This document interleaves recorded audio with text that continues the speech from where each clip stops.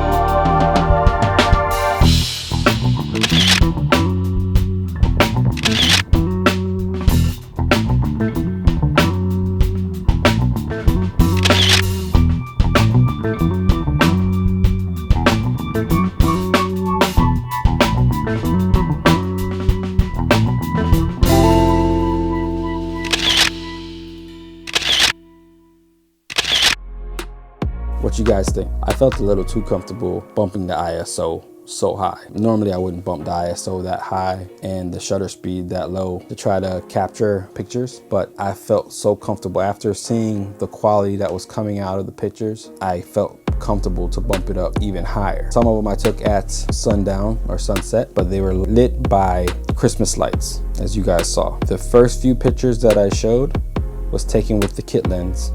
I did some zooming, so it wasn't exactly at 2.8, but I wanted to see the quality of these lenses in low light.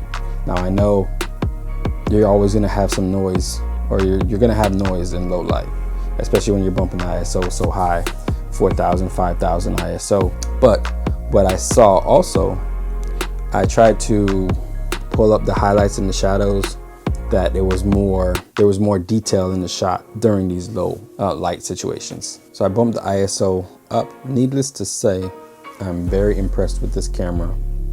There's also one shot in there that you guys saw that my wife was like, you'll never see that bear. Even to the naked eye, it was hard to see the bear. I bumped the ISO to like 51,000, and I was amazed at the picture that I shot and that I saw. I'm just amazed at this camera. I'm very pleased with this camera.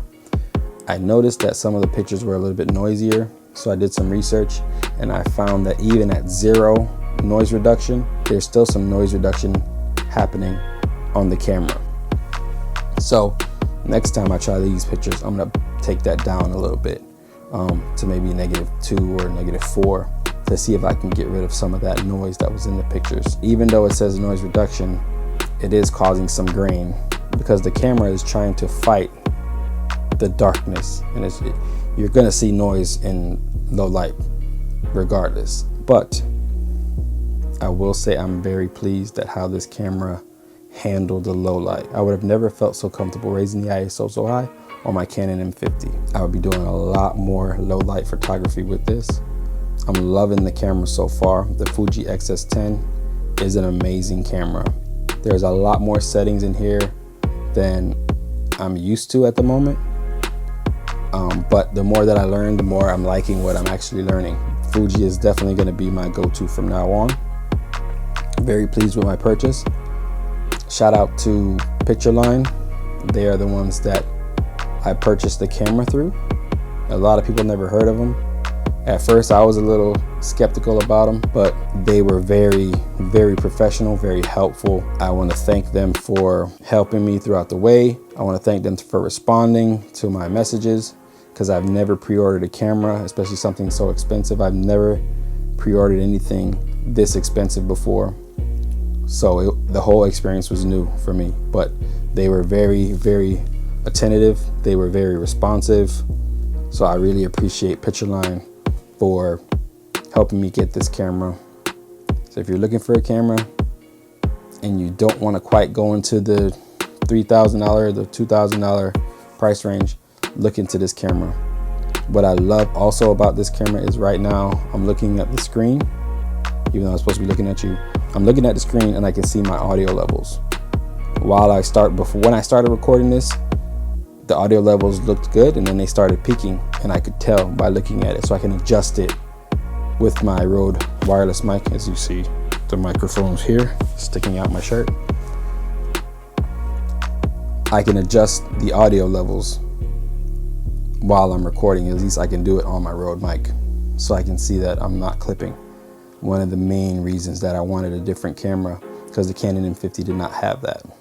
If you like what you're seeing, and again, I'm going to be making a video next about a couple of videos I have coming.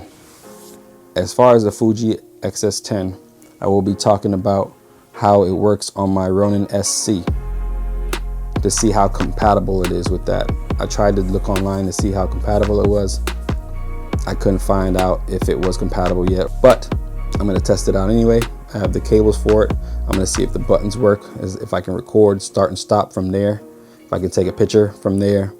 I'm going to try that out, see how it balances. I'm going to do a video to try to see how this balances. It's pretty light compared to the kit lens. They're both really light. As you guys saw when I was taking those pictures, I did not use a neck strap or a wrist strap. Was I nervous at first? Yes. But the weight of the camera and the grip on the camera made me feel a lot more comfortable after shooting with it. The weight of the camera it's a very light camera, so it won't fatigue. It won't give you fatigue while carrying it around. So thank you for clicking on my video. Thank you for sticking with me. If you stuck with me this far, I greatly appreciate every single one of you that has clicked on the video. If you got some information that you liked, if you're looking for more information on the X-S10 in the hands of a noob, I'm your noob. Like, comment, and subscribe, and I will be back with another video real soon. Thanks again. This has been 2 times R. Peace out.